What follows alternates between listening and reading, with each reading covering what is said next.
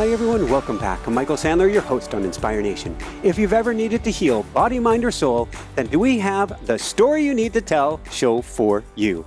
Today I'll be talking with Sandra Marinella, writing teacher and the author of a beautiful new book on healing your soul, The Story You Need to Tell.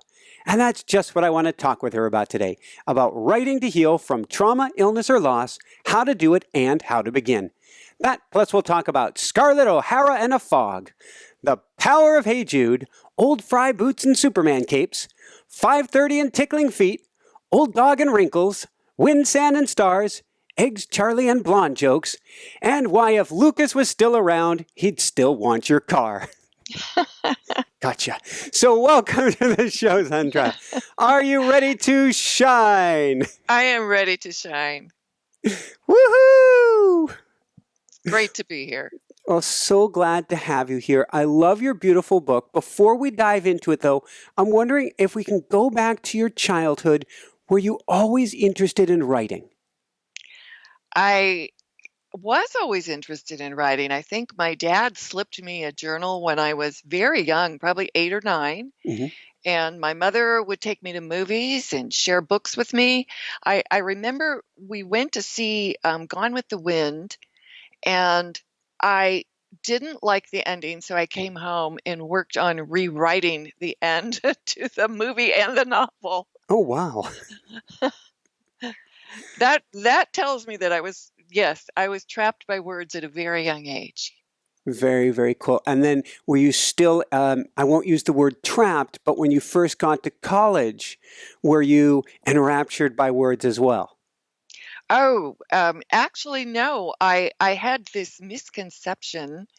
I think oftentimes when we go to college, it's such a big change. I mean, I moved to the university. I went to Purdue University, Mm-hmm. and that transition was hard. And I had this belief that I had done journal writing all my life, but I just thought, oh, well, that's probably for kids. Diaries are for young people, and I'm a big person now. I need to transition and I need to move on. And it didn't work out well. That lack of not having that form of release, that form of reflection that my writing has always given me was problematic, probably for the first year of my college career. I can see that. For myself, I write first thing in the morning, and that's my oxygen. That's more important. That and meditation are the two staple foods of the day. And if I don't get my writing in, something doesn't feel right. Right. I'm totally with you, Michael. I think both meditation and writing for me is often a form of Absolutely. reflective meditation. Absolutely. So, and on that note, there are a few early books that I heard you read in college that were kind of influential. That Yes. Siddhartha and Man's Search for Meaning. Yes, absolutely. I think what happened was, as I mentioned, I was struggling when I went to college. I was one of those people that wanted to find meaning, and it just wasn't there right away. I didn't know who I was any longer. And I happened in the bookstore to pick up the book Siddhartha, and I went home and read that book. And I was absolutely blown away. I really felt that the book gave me a sense of the journey I was on, the struggle Mm-hmm. to find the self. And when I finished that, this is how these friendships in college began. There was a friend who said, oh, if you liked that, you really need to read Viktor Frankl's Man's Search for Meaning. And she had a very old copy that I think someone, maybe a parent or an aunt or uncle, had given her. And she gave that to me, and it was well-worn copy. But I thought it remains one of the books at the top of I love these books. I can't live without these books list. It's an amazing book. It's amazing because it really inspired me to see that we define ourselves inside. Anything can be happening to us on the outside. Mm-hmm. We can be living through a Holocaust as Viktor Frankl was living, but it's how we choose to view it. It's how we choose to take it and live it. And he was the first writer to make me understand that, to help me see that I really want to enter into the study of the mind, of our psychology, of how we think and how we grow and how we become better humans. beautiful. And I would say his book is the number one quoted or mentioned book on our show is Viktor Frankl's Man's Search for Meaning. Oh, that's beautiful to know. I had someone write me last week and thank me for recommending that book, and I thought, wow, it's amazing to me. I think it would be hard to get through life without someone recommending that book Yeah. to you early. So talking about guidance and having these beautiful, I'm going to call them synchronicities, the right person, the right book, the right thing coming along. Maybe you can tell us about James Barth. Oh, whoa, you really read this book. Oh, yes. Uh, James Barth, I struggled in college because, as usually happens, I didn't understand this because I didn't become a college English teacher until much later. But when I was a freshman in college, I was getting B's on my essays, and I didn't understand everybody was getting B's on their essays. But I thought, whoa, I'm not the writer I thought I was, and I'm not destined to be a great writer. And so I really struggled with that. And that's okay. As we know, struggles are helpful in our growth. I changed my majors a couple of times. I went to psychology. I started tutoring in the basement of the college nearby, and I fell in love with teaching. And James Barth was my senior year, was my education professor. And he kept reading what I was writing, and he said, I'd like to give you a job writing for the ed department because I love how you write. I love the way you use words. And that, of course, was transformational because I began to realize just because you got a few B's in freshman English doesn't mean you can't fulfill that potential that you feel is in you.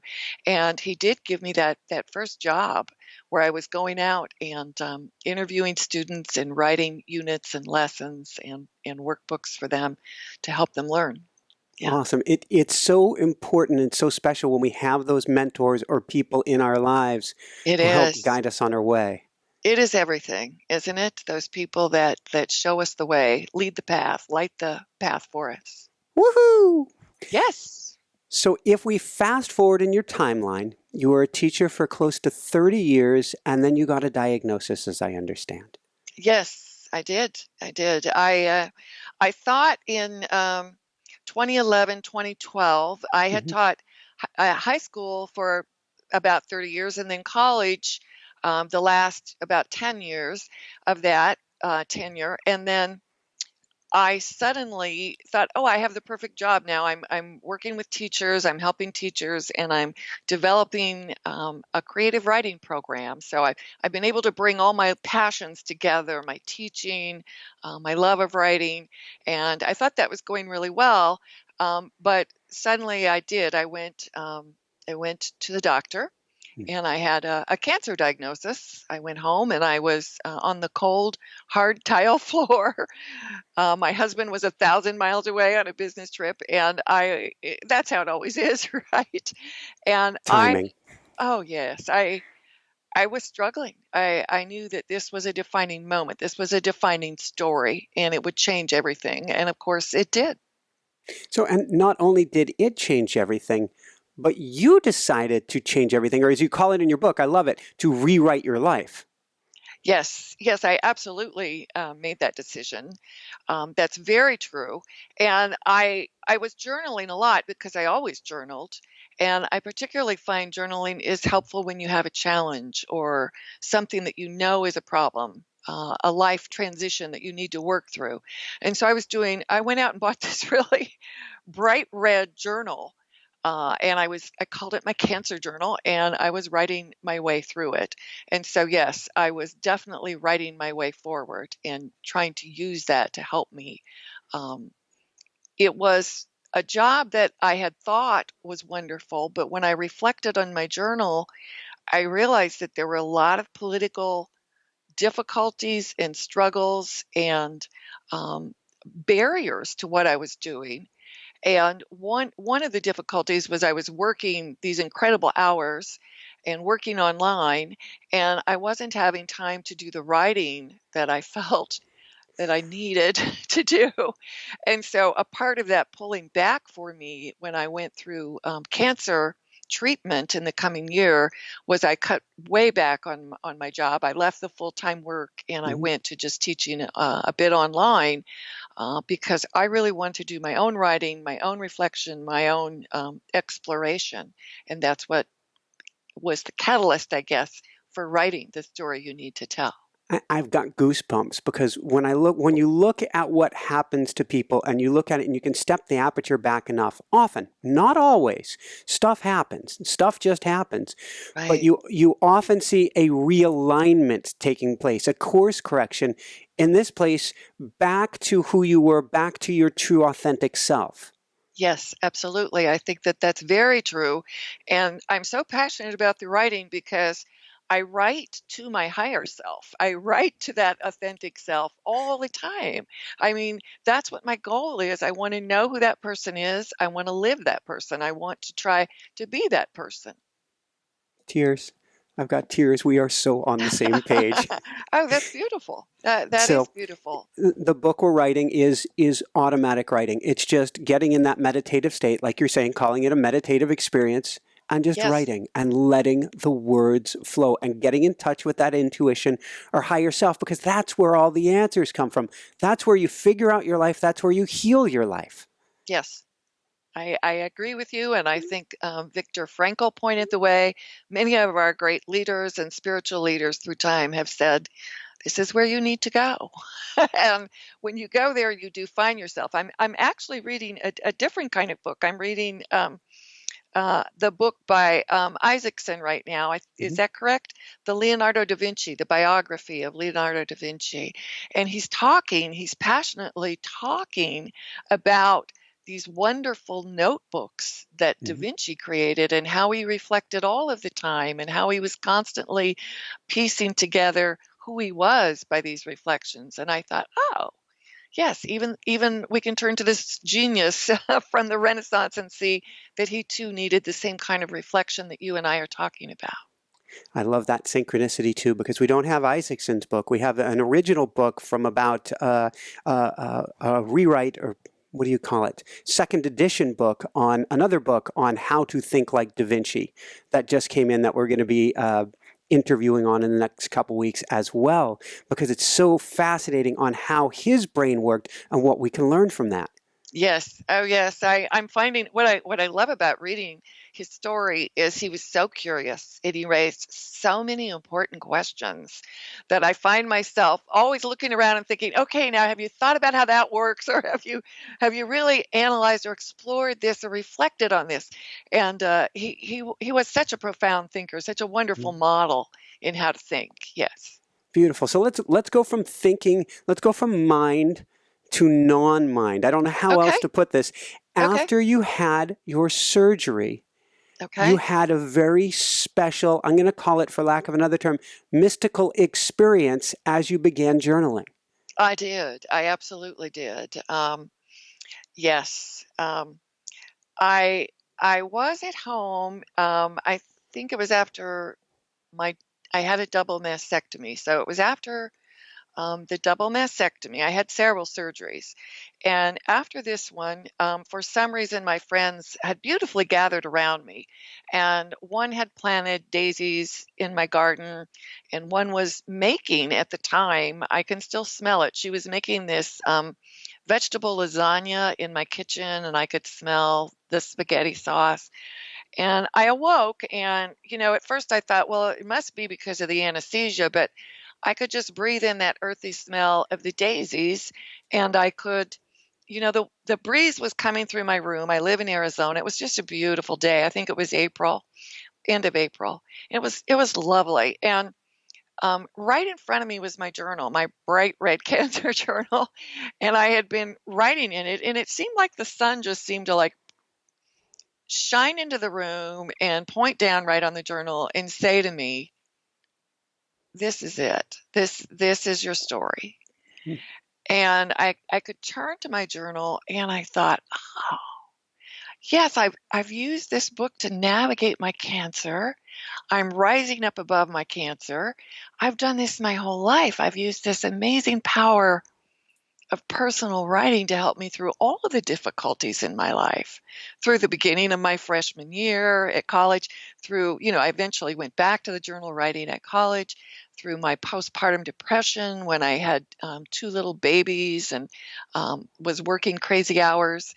I could look back and I realized at that moment I had many old journals. I went and dug them all out of the hiding places in my house.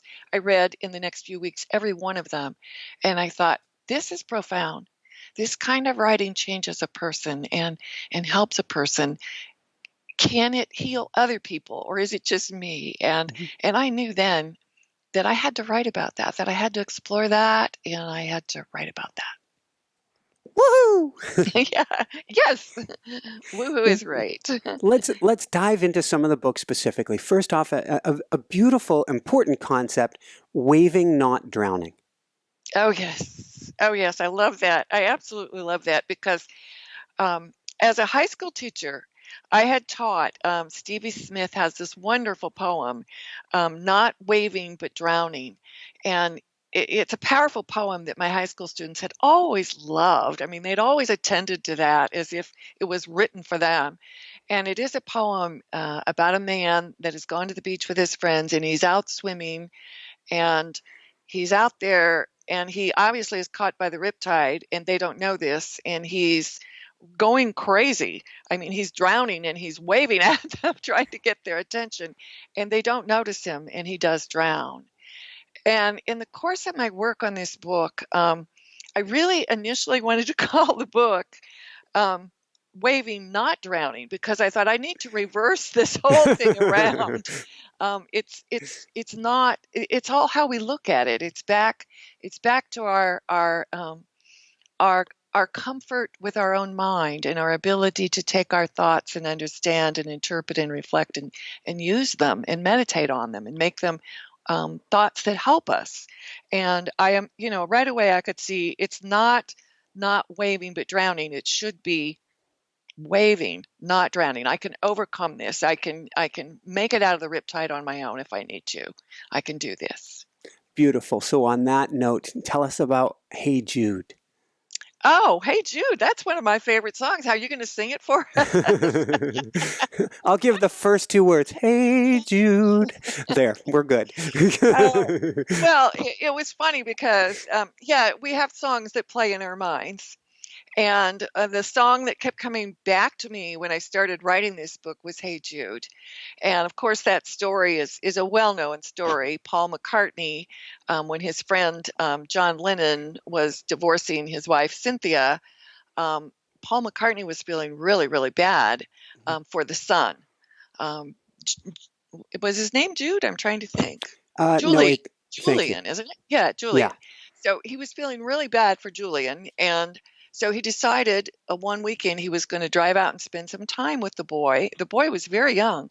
And so on the drive out there, he wrote Hey Jude. And the theme, of course, is take a sad song and make it better. And that speaks so powerfully to what Julian was experiencing as the son of parents who were divorcing, and to what I was experiencing as a cancer patient. And we all are knocked off our duff all the time. I mean, there are always things in life that are kicking us or throwing us out of the saddle, should I say. And I thought this song is so beautiful because it reminds us that no matter what's coming down, we can go inside again. We can meditate. We can write. We can make it better. Mm-hmm. So let's go from there, and I apologize for taking us there, and if it's too strong, we don't even have to go there. But when we talk about situations that are really difficult, maybe you can tell us about Lucas and who he was before we even say what happened to him, because he was very, very special. Oh, he was a kick. He was fun. I have to start by saying, especially if you have teachers that are listening, that the best job I ever had was teaching high school. My heart just, I loved that work. I loved working with students each and every day, and they were all so different and so varied. And if you were willing to reach out to them and give to them, oh my gosh, the power of the young mind, the beauty of what they give back, and what they're willing to try to do and to learn, to grow. Um, and Lucas was one of those beautiful, beautiful students. And I think one of the things I loved most about this high school student, he wore this green shirt a lot that had some crazy German statement on it. And I have no idea what. I couldn't read it. I couldn't understand it. But he was so cute and so funny and so upbeat all the time. He would be the first one that would come bounding into my classroom every day, and he was just delightful.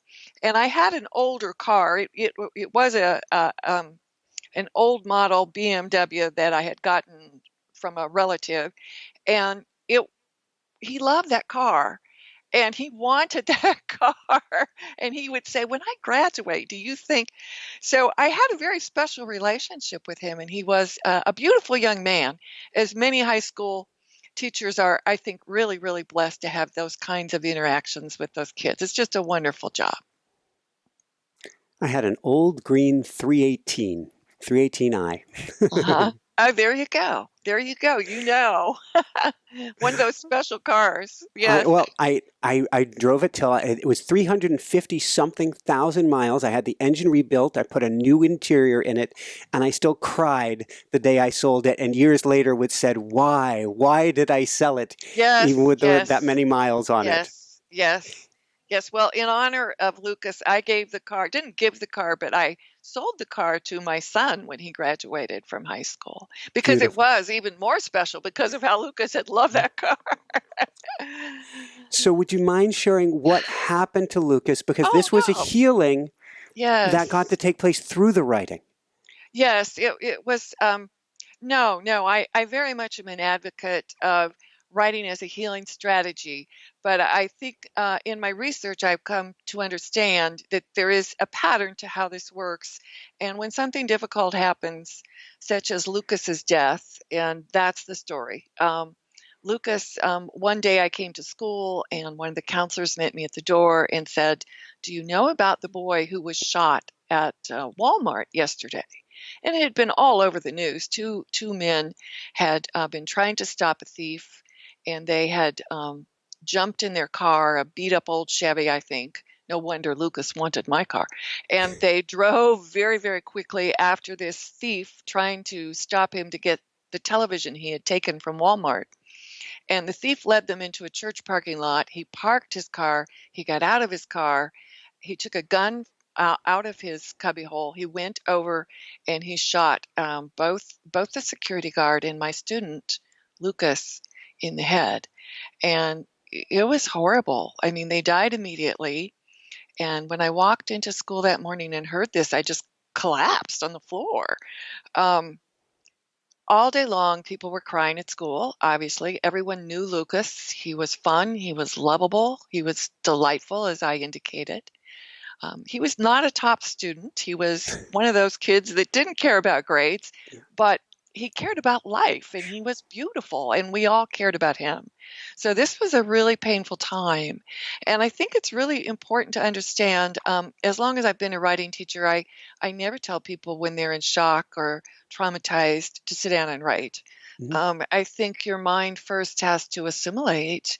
It has to be able to wrap itself around a terrible event, and it has to be able to cope with it before it can move it over to a place further on the left brain where it can manage it and begin to write and heal from it. So it was a couple of weeks before we actually wrote about the death of Lucas in my classroom. We did talk about it. We had counselors come in right away and talk to us about what happened. There were a lot of tears, and my students really took his beautiful desk, and they started every day when they would come into class, they would place little things on it, like a flower or a special pin or a pen, or just they sort of memorialized his desk after that. And that became our ritual. And Mhm. then we wrote, after a couple weeks, we began doing a little bit of writing about Lucas in our journals. And eventually we made a classroom journal that we were able to share with his family about our memories and our love for Lucas. And that really was, that writing really was healing writing. Yes. Beautiful, beautiful. Thank you so much for sharing. There's Of course. another very special author who went through her own healing journey, and I was so happy that you got to interview or speak with her for this book, Cheryl Strayed. Oh, yes. Oh, Cheryl's wonderful. Yes. Yes. Um, her writing is so profoundly about the death of her mother. Her mother, Bobby, died at a very early age, in her 40s, and Cheryl was still in college, just finishing college, and it happened so quickly. She was diagnosed, and then I think it was in a matter of 40, not that many days before she died. So Cheryl was just bereft about this. It was very problematic, very difficult for her. And I have taken workshops with Cheryl. She's a wonderful writer and a wonderful writing teacher. And she talks about how openly she talks about that her writing really has been her journey to try to cope with this loss. Mhm. And she has done this in so many incredible ways. Her book Wild is an amazing journey. I look back on it now and I think it's really the hero journey. It's really her, trekking out after the death of her mother. And I think this is true for all of us. Oftentimes, if we are suffering, our suffering can become drinking. It can become, really unhealthy choices. It can become drugs. It can become. Cheryl said her marriage just disintegrated. She wasn't into it any longer, and then. She took that hike. It took her a while, but she was able to save the money and go on this long hike that she writes about in Wild. And that beautiful journey, that difficult journey, um, allowed her to begin to make the trek back to herself. And I think her writing has helped many of us make the trek back to ourselves. Thank you. And when you mentioned the hero's journey, and that's the Joseph Campbell arc, and Oh, that's I yes. always like to start the show working on the arc because I think it's so important. When we start writing, Yes. we realize we each have our own hero's journey.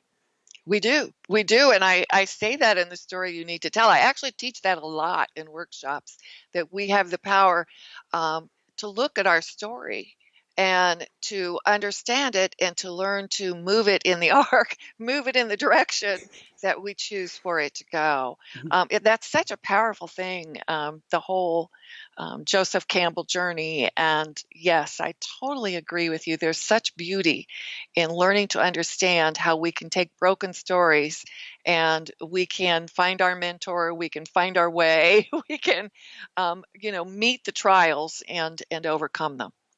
Woohoo! Yes. So you're diagnosed, you've gone through surgery, you're working on healing, and you hatch a plan to use the I did. magic of words. What was your plan? Well, I'm a research geek, so I began researching like crazy because I thought, is this only me? Is it only me that's experienced the power of these words?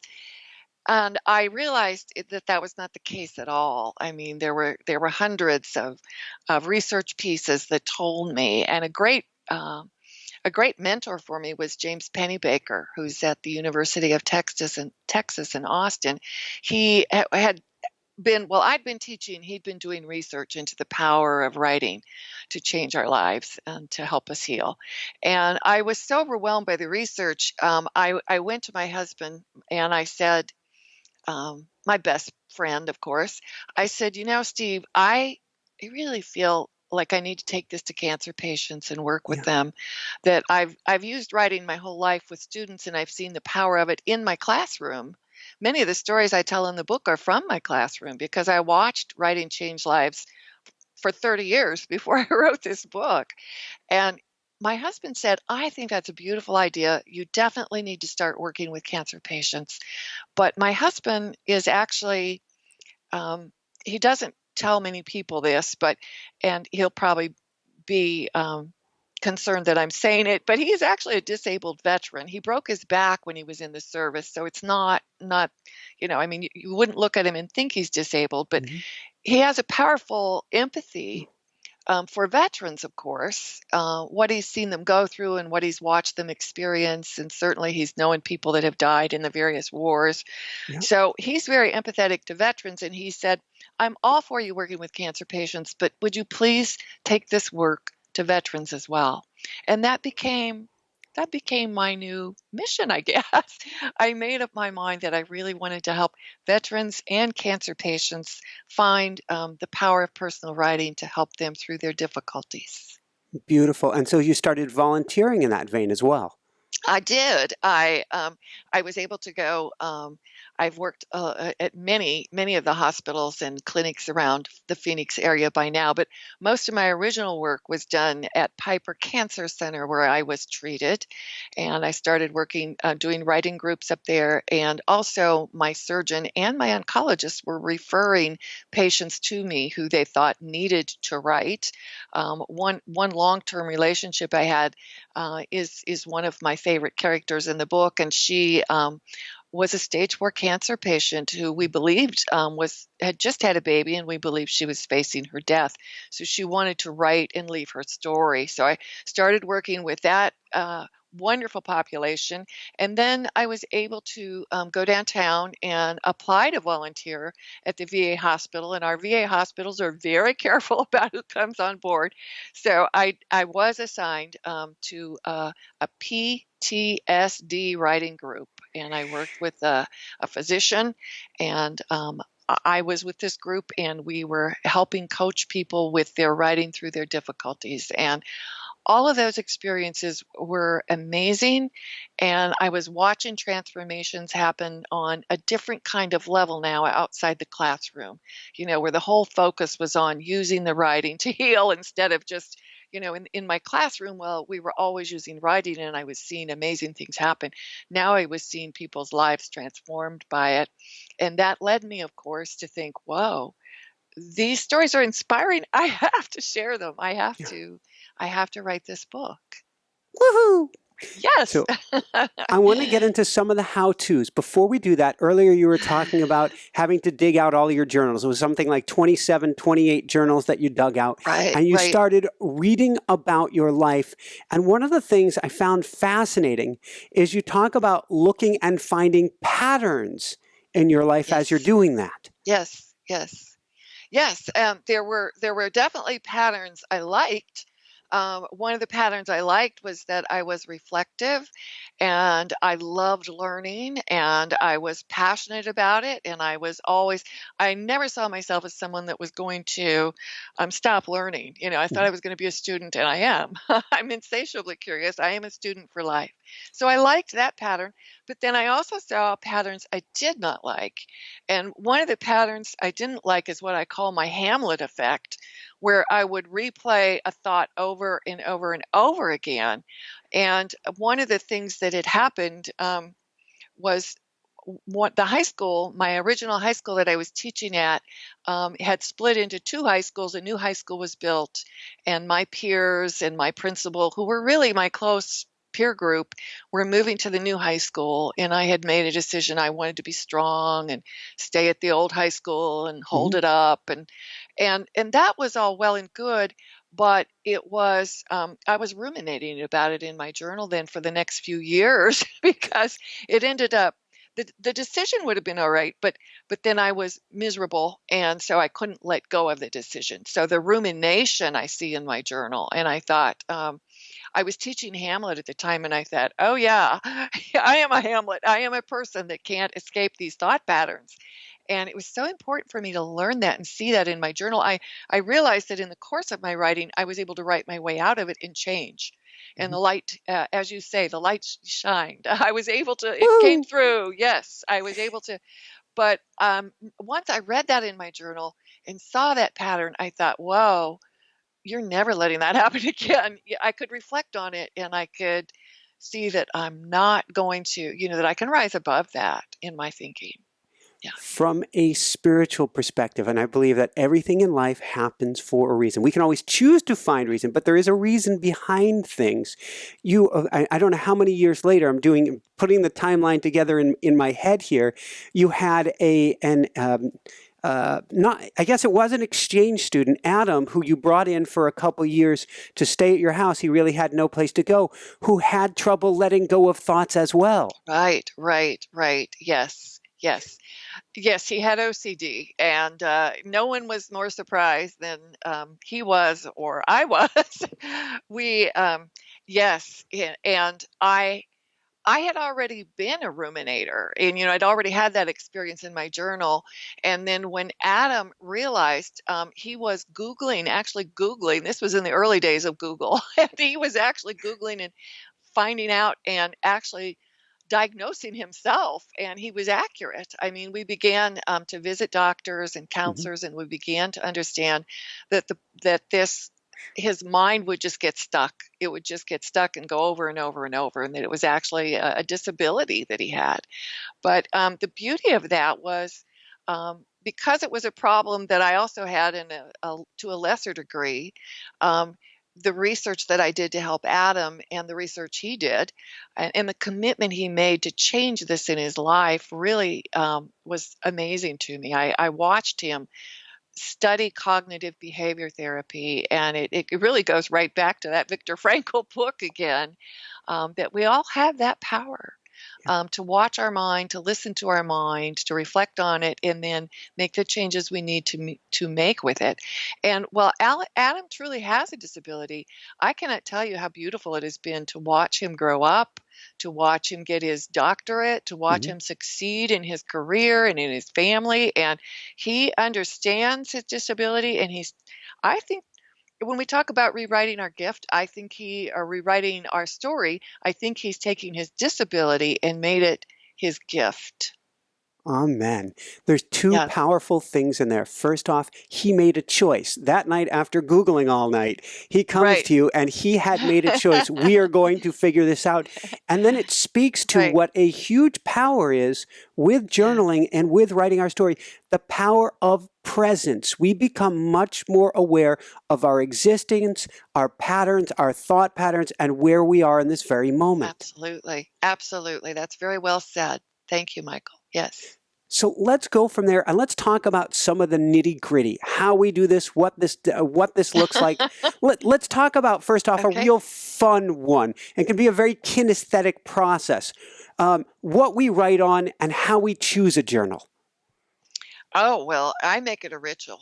My journal, it has become a ritual in my life. I mentioned earlier that bright red journal, and truly, when I had my cancer diagnosis, I went to my favorite bookstore, which has this amazing stash of journals, and I took my time, and I knew that bright red journal was the one. I knew that it screamed trouble, and I knew that wherever I carried it, I would know where it was, and I carried it with me through my whole cancer journey. So it was there for me. And I very much, I like writing in a journal, and I like scribbling in a journal and not being inhibited in a journal by rules or grammar.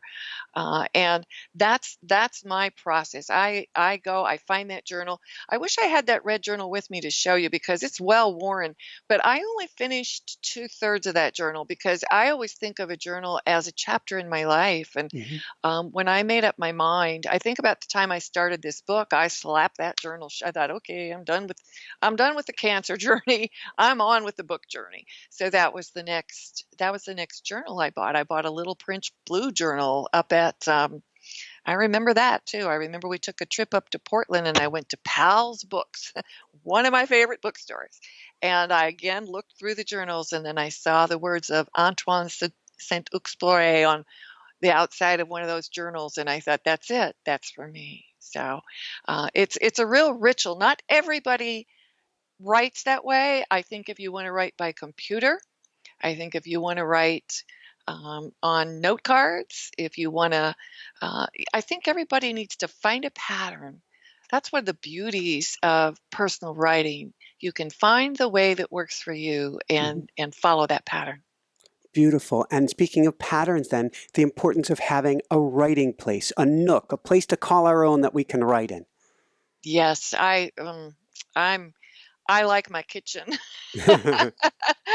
I like my kids grew up at that kitchen bar, Mhm. and I like now doing my writing there. It's just a great place. Although I'm a big believer that as writers, if you're a serious writer, not just a personal writer, I do a lot of my personal writing at home in my nooks, um, out in my garden, and at my kitchen bar. Yeah. But if you're going beyond that, I also have cafes where I love to go and hide, and where I love to sit in the booth and focus, because it's so easy to get distracted and pulled away from your writing.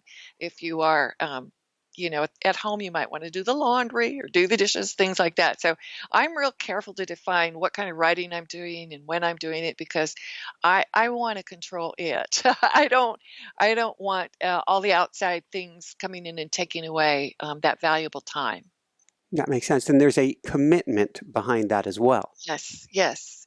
Yes, I think when we talk about writing, we often talk about a pattern, but we also need to talk about a practice, because the hardest thing for us as writers is being sure that we have that little bit of time. I mentioned earlier, when I was at the college working in creative writing, I wasn't making the time. I was so busy teaching creative writing, teaching other people how to write.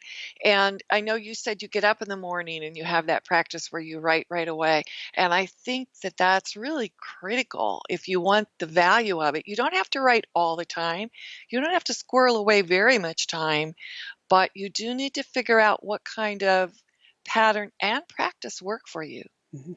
Thank you. We recently had, it's funny how these things, they seem to come, I think, in three. So is this two? I believe it's two. We had on recently, though, Julia Cameron on Oh, Morning really? Pages. Wonderful. And she Wonderful. is fantastic as She well. is. And you may already be best of buds. She is a She's beautiful wonderful. soul.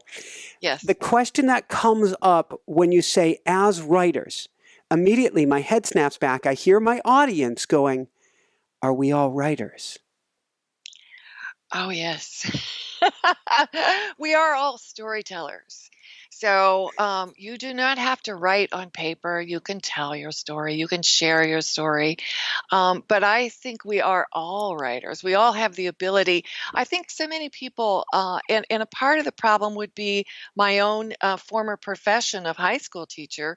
I think so many of us are afraid. We think of that high school teacher who told us we have to use grammar, we have to use spelling, we have to think of these horrible rules that drive us crazy. And I think Julia would agree with me, really, to be a creative soul, and that's what her shtick is, that's what she teaches, is really to liberate yourself from those rules. Mhm. It is what I've learned to say is that I'm not a writing teacher, I'm a story teacher. Let's pull your stories out and find the way that you choose to share them with the world. Woohoo! Yes, So we were talking absolutely. about writing as a practice and morning practices. And do you still try to meditate before you write? I very definitely do. I think there's there's three things for me when I Yep. rise in the morning, and it would be it's definitely meditation. I definitely meditate. I definitely, meditational prayer. I usually read. I'm reading a wonderful book by Thich Nhat Hanh right now, a wonderful book. Which one? And let's see, the mindfulness, the power, is it the power of mindfulness? Mindfulness is in the title, but I love him. I love his work. And I have all of his books, and they sit over where all my little meditation pieces are. Mhm. And I start with that. I usually start with meditation, prayer, reading, and then my writing. I think it goes like that. And they're all a form of mindful meditation. Yes.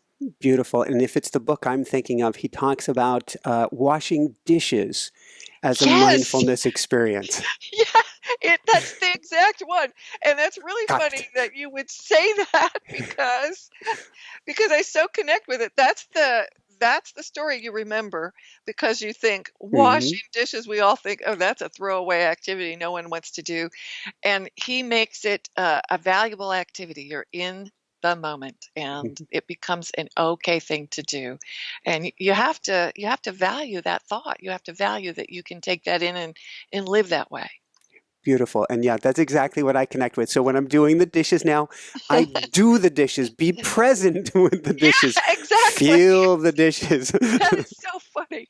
That yes, I so remember that story. It's a beautiful story. Let's talk about when you were talking about earlier about the voices in our head as we're writing, and we don't have to worry about grammar and things like this as we're going along. And our high school Right. teachers who Right. may not have been the best teachers for us in their writing, but you talk about here firing the inner critic and firing our inner editor. What do you mean about that? Well, I mean, to pull what's really important, I think, in personal writing is pulling your stories out. And that's what heals us. If we're talking about healing and transformation, we have to not hide and not bury things inside of us, painful things. We need to release them. We need to get a catharsis. And if we're so busy trying to make things perfect and make them sound good, if we're trying to dress them in a way that we think the world wants to see them or that we might be able to publish them, then we've lost the benefit. We've lost the ability to pull stories from our authentic self and hand it up first to ourselves. And if we never choose to share that in our writing, of course we don't have to, but it is possible that eventually you will want to. My book didn't originally. I wasn't sure. Well, to be honest, I didn't put my own story in my book at all in the first few drafts. Here it is, the story I need to tell, and my story wasn't there. It took me a while to pull it out of me and to Mhm. release it and to give it. And if I'd been all worried about what the world thought about it, I couldn't have done that. So that's why you really have to you have to fire your editor, you have to fire your inner critic and move forward with it.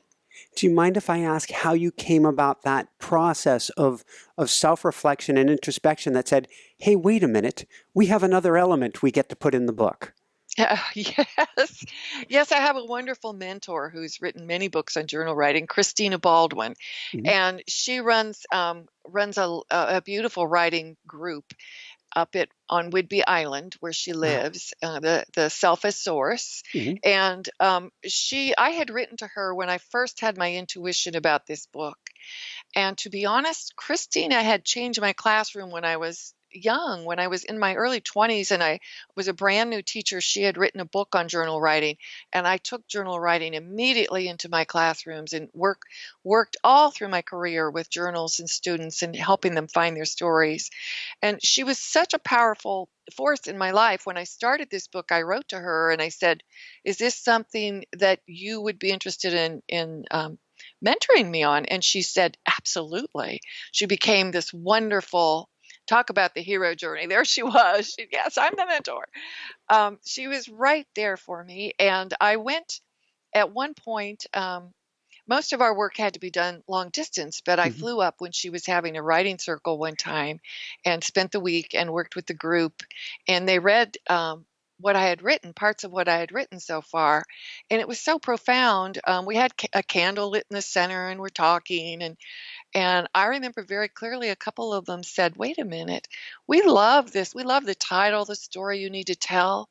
We love the stories you are telling, and we are confused as to why you have not told your own story." Ta-da! Yes. So I had done a little bit of my own story, but I realized, oops, they're totally right. This is the story. I just kept thinking, I'm not my cancer story.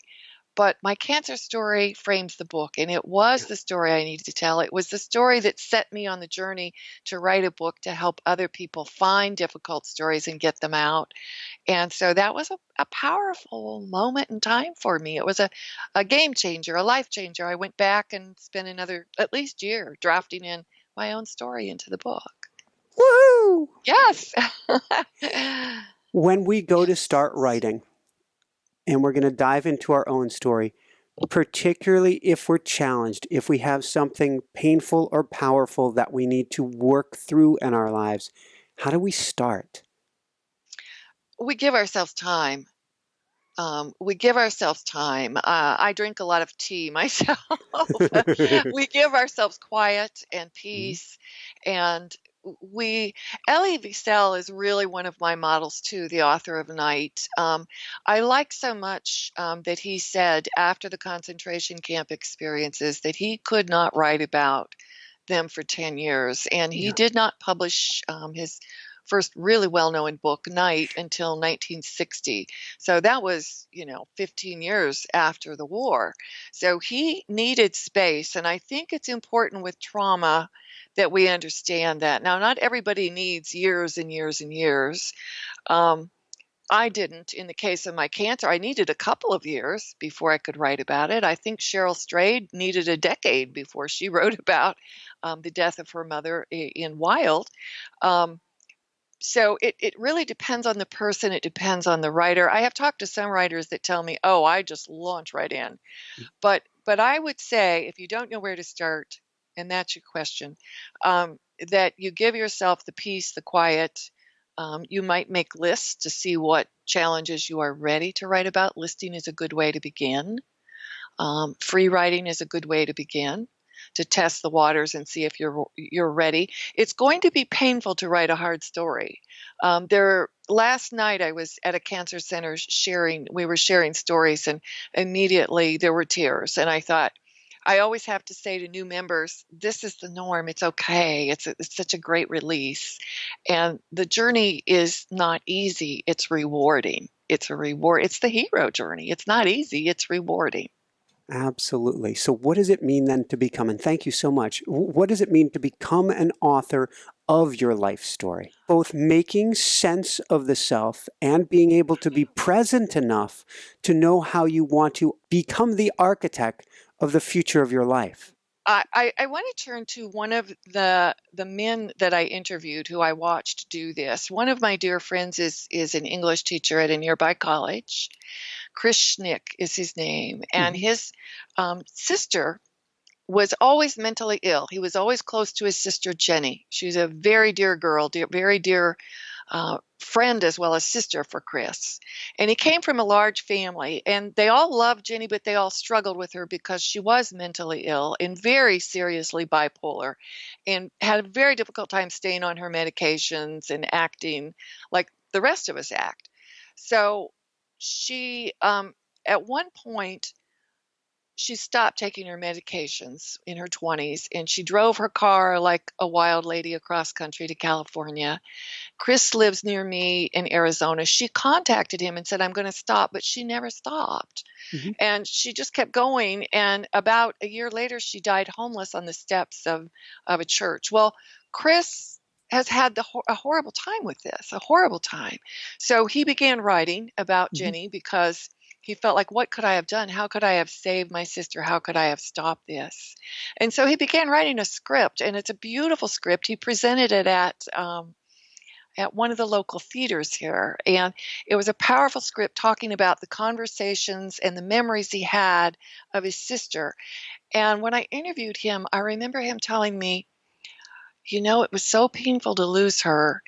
And I thought, wow, I've been such a bad brother. But he said, as I wrote and as I began to write her stories and the memories, I remembered how Jenny liked to be in charge of her life and how she hated us controlling her and kept trying to back us up and stop us from making decisions for her.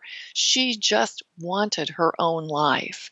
And so the fact that she got in her car and went off and lived her own life, um, that's still painful to him. He tells me, he said, it's still painful, but I've come to see her and mental illness in a whole different light now. I'm willing to be less controlling and more respectful of someone who has a serious illness, make room for them to be the person they are. And he said to me, the first thing I think he said to me when I interviewed him is, you can rewrite your life. You can use your writing to rewrite your life. I did it with my sister, with her death. It was so painful, but I've come to understand her in a whole new way. Woohoo! Did I answer it? Beautifully. And Thank you. along those Thank you. lines, when we're talking about healing, in a sense, we're talking about claiming, or in this case, reclaiming your power. Yes, absolutely. Reclaiming who we are and writing who we are, writing the best who we can be, I guess. Beautiful. So if I was to take my coach, there's way too many things we could ask. So everybody, you're just going to need to go out and get the story you need to tell. So on that note, if I was to take off my coach's hat and give it to you today, I don't want people leaving this interview and saying, oh, that was nice, and going about their day. I want them to have one homework assignment. I guess we're going to put your teaching hat back on here today. Okay, that's fine. I love the teaching hat. I have no. Can I give them two? Can I give them two assignments? I love giving homework, so go for it. I always like to say, when we're starting to write, and particularly if we're going to approach difficult stories, broken stories that are inside of us that are important to approach, I think one thing is write about your silver linings, write about your resilience, find the things you are grateful for. Always make room to write about what you do have and what you're thankful for. And that is such an uplifting experience. And we know, because we write in our journals, that the research is so true that it will lift you up. It will release you in many ways. So my first assignment would be always fit in gratitude writing in your life at some point, especially when you're down. And my second thing would be, if you want to find the broken stories, I would make a list of challenge. Make a list of those challenges that have been hard for you and write about the ones you are ready to write about and see what happens. It's very, very magical. I give a lot of prompts in the book, a lot of guidance in doing that, a lot of lessons, and I hope helpful things to work with you. It sounds like, in a sense, when I think about it that way, we're reclaiming the fragments, the broken pieces of our soul that have been left here and left there. When we rewrite the story, when we write it out, we're reclaiming who we are. I love that. I love the way you said that. I hope I hope that's in your next book. That's wonderful. That's I may go grab that back from the editor and put that piece in there. I wish it was in my book. It's great. It's great. Thank you. Thank you. So on that note, what personally brings you the greatest happiness, or what we call the woohoo factor? Oh, yes. Oh, yes. Well, my family, I mean, obviously, but moving beyond that in my work, in the meaningful work I do, without a doubt, it is the release of these stories, giving cancer patients, veterans, writers that I work with the chance to find the power of reflecting and releasing stories that are inside of them. It's so meaningful to watch the change, the transformation that comes of it. It's wonderful. Woohoo! Woohoo is right. So where can people go to find your beautiful book then, and to find out more? Okay. Yes, the book is at most booksellers, Barnes & Noble, Amazon, Target. It can also be purchased online from Amazon. And you can find out more at my website if you're interested on my project in working with veterans and cancer patients.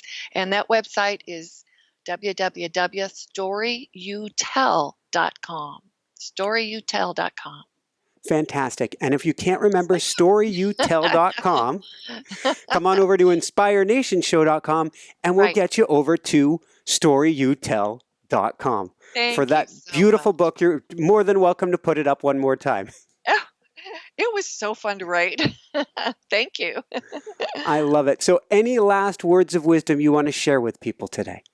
I really hope that they leave here knowing that it is so truly important to release difficult stories. And there is a process of transformation in our lives, and you can seek it and you can experience it. And in our lives, we have so much control over our story and what we're able to do with it. So I wish you all well with your stories. Woohoo! Woohoo!